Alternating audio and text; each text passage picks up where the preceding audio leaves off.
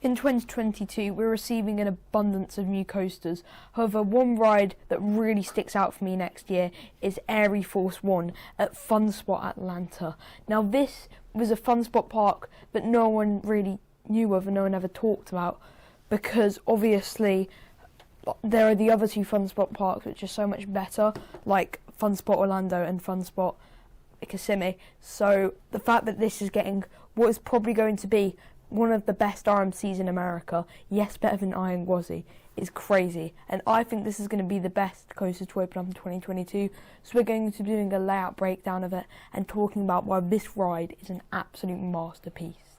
So when you get to the top of this lift hill, you drop down, and this is an absolutely fantastic drop, by the way. You would get so much airtime on it, and it's like vertical almost.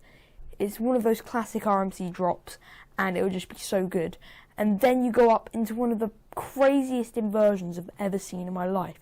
You bank outwards after going up this massive hill, and then you just snap back in. You get some insane airtime, and it's almost like the Goliath dive loop, except so much more whippy. You get so much more airtime at the top, and it would be such a cool element. And it's more similar to kind of like the Hyperion dive loop than anything else. You then go into a small ejector hill, which would just give a quick pop of ejector airtime, and go into a stall, which is absolutely insane. The hang time on this thing would be incredible, definitely better than Iron Gwazi stall, and this would be one of the best inversions on any coaster in America, and it would be so good. You then go around into an outer banked turn, and everybody talks about Steel Vengeance's outer bank turn and how it's one of the most incredible elements ever.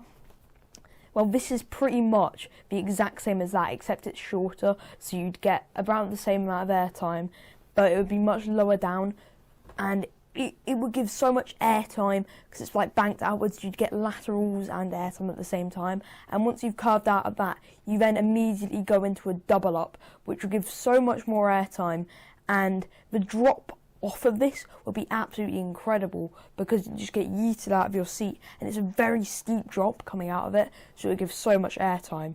You then go around into a 0G roll.